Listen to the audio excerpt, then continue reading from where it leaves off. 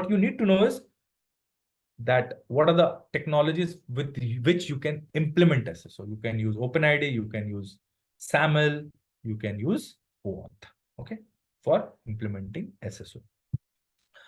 Now, how do you implement SSO inside your enterprise? Okay, first was LDAP.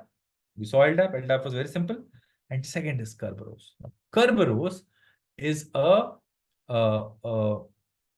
identification and authentication. It's an authentication management system for identities inside an enterprise. Okay, that means when your organization, if you want to authenticate to multiple applications, Kerberos assists you in single sign-on, and only with one set of username and password, you can access multiple systems. Okay, important as far as exam is concerned. Now, I'll tell you how it happens.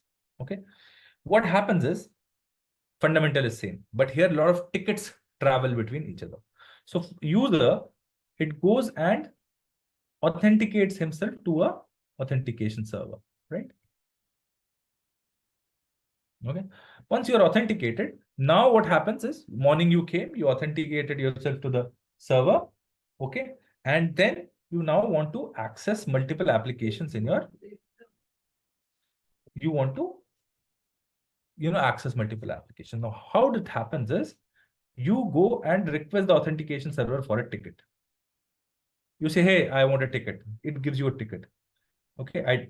Then you go and produce this ticket to an authentication server. This is the ticketing server. Okay. And then you go to the authentication server and say, hey, I want to access this application. He again gives you some kind of a ticket. You take this ticket and then go to the application and access this particular application. Okay. Broadly, this is how it happens. Now, deeply, what happens is there are two things, right? One is someone who gives you certain parameters to establish a secure connection with the service with which you want to access. So what happens is the user goes and asks for TGT, ticket granting ticket, some kind of a first ticket. It says, hey, give me some ticket. The key distribution center, okay, gives you a ticket. Authentication service sends an encrypted ticket and a session key. It sends you a ticket and tells you this is the session key which you need to create for asking access. Then user takes that ticket and the session key and creates another session and asks for access. Now he is asking for access. The server again sends him a ticket granting service. That is the service authentication. It gives you again a ticket and again a session key and a ticket. Now you take this ticket and the session key and then access the service. So it's a 6-step process. Try to remember it if possible. Otherwise, not required. You just need to know that how this process happens. Okay. It's given in a nice manner in your Cybex. You can try and remembering it, but I don't think remembering will, happen. But yes, you should know Kerberos. Kerberos is important. One odd question will come, which ticket is taken from where? Okay. But the broad system is somebody needs to give you a ticket and a secure session to enable you a secure access to the service which you want to access. Okay. That is a broad fundamental. You should understand that Kerberos is enabling SSO. Okay. Then you have many protocols which you can use for, single sign-on. One of them is Radius. Now, Radius is used to used generally on the network devices. You have your firewall. Okay, you authenticate to the Radius server, and then it grants you access to the network. Okay, generally Radius is used for granting access to the network. Inside your firewalls, there's a Radius server running, and it is used as an authentication server to grant you access to the network. Okay. This protocol is used for granting access to the network. Similarly, there is a protocol called TechAx Plus. TechAx Plus was developed by Cisco. Okay, it was a better, way of accessing network than Radius. So now let's see what are the most common access control attacks. Right. First is privilege escalation. Privilege escalation is basically when hackers move inside your they have compromised your initial username and password of some user, and now they do a lateral expansion and try to get admin rights, which can help them in going deeper inside your network, either horizontally, that is move up in the same vertical, or they would like to go, I'm saying whether either like they would like to go vertically in the same vertical, or they would like to, go inside, plant malwares and try to get additional access within the entire network. That's why in your organizational systems, you should have minimal administrator use of systems. You should have the least amount of admin accounts in your systems. Okay. Then password attacks. Password attacks are most common attacks, and the best way of protecting your password is by having a multi-factor authentication. Okay. If your systems are being developed, okay, always use no. So what developers do, okay, if you have username and password, they save the username and password like this: username, password in the database. Whereas username and password should always be hashed.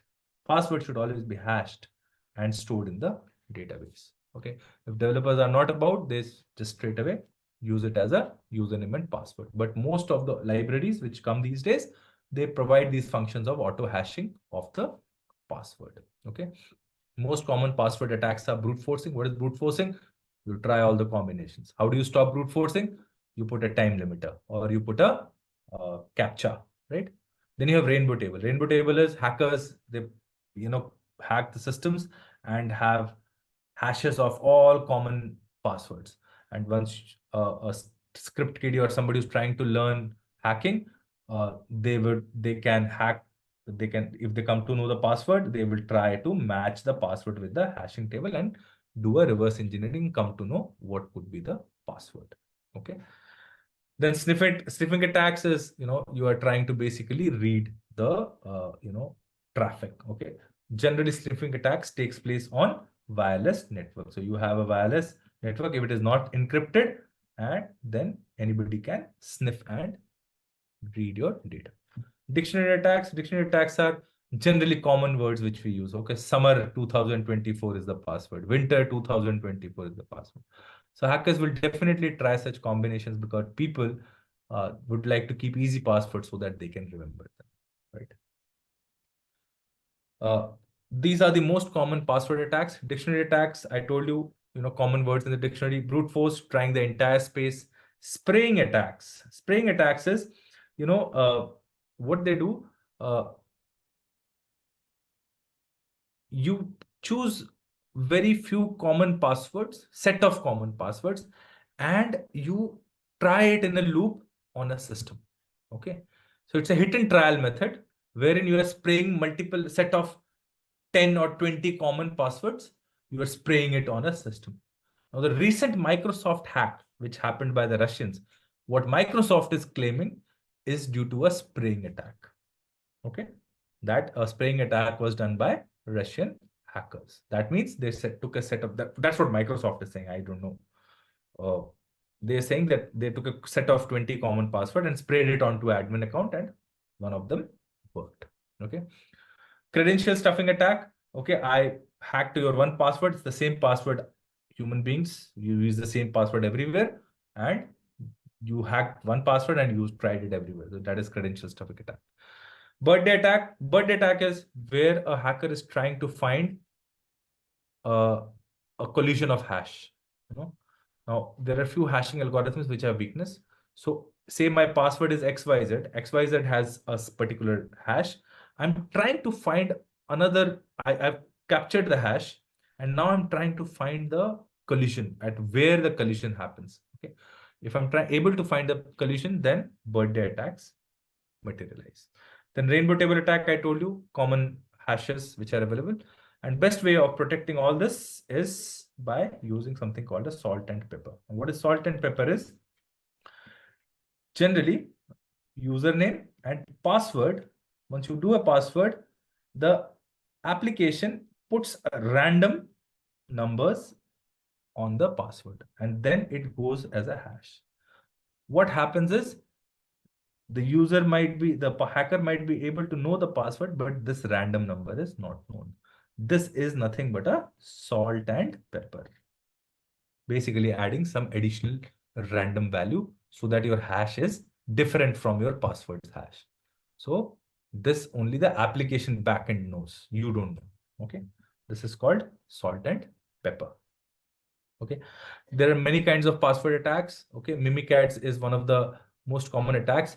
Now you implemented all this, but your password is in open in your memory.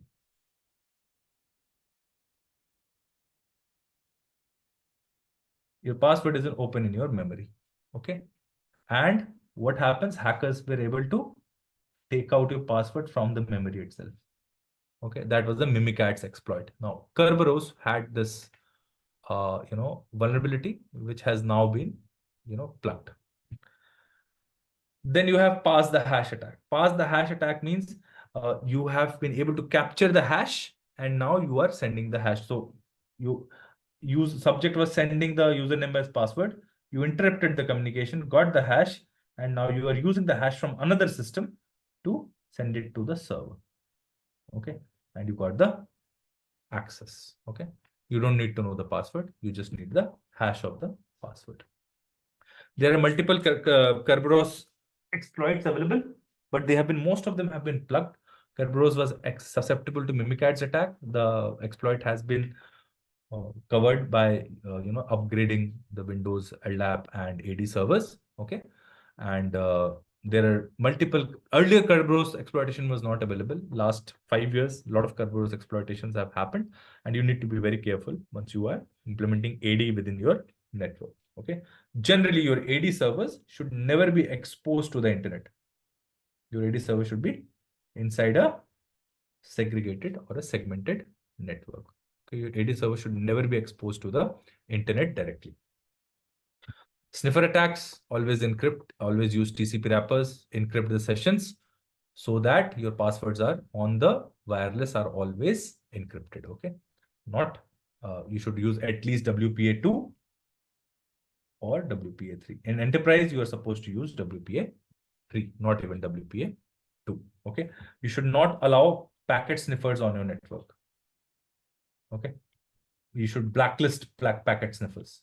So the moment you blacklist packet sniffers, the packet sniffers will not work on your network. Spoofing attacks. Spoofing attacks are when somebody tries to spoof your identity. Your email can be spoofed, your phone numbers can be spoofed. Okay, so identity spoofing is one of the most common attacks in the IEEE attack cycle. Okay, somebody would definitely try to social engineering. You try to spoof password you may not know, but you can find out the password using social engineering attacks. So how do you deny spoofing attacks? By having multi-factor authentication, right? And then you need to always protect your systems against abuse. Okay, most common ways is all systems should have physical control access. Okay, files should be electronically protected. Password should be salted and hashed. Password should be masked all the time. Most of the systems nowadays don't show the password, only dots are visible. Deploy MFA wherever possible. Okay, single sign-on is a good facility if you can protect the single sign-on architecture. Okay, lockout controls, account lockouts, more than 3 times account should lock out so that brute forcing cannot happen. Whenever you are logging into the system, your system should tell you when was the last time you logged in so that you get aware that, okay, I didn't log in last time. Okay, so most of the systems generally show you this is the last time you logged on. And finally, you need to educate and train everyone on how to safeguard your access. Okay, the easiest way of protecting your organization is having MFA and user awareness training to use the MFA. I'm telling you, 99% of your problems will be solved. Right? So that's all for the day. Okay.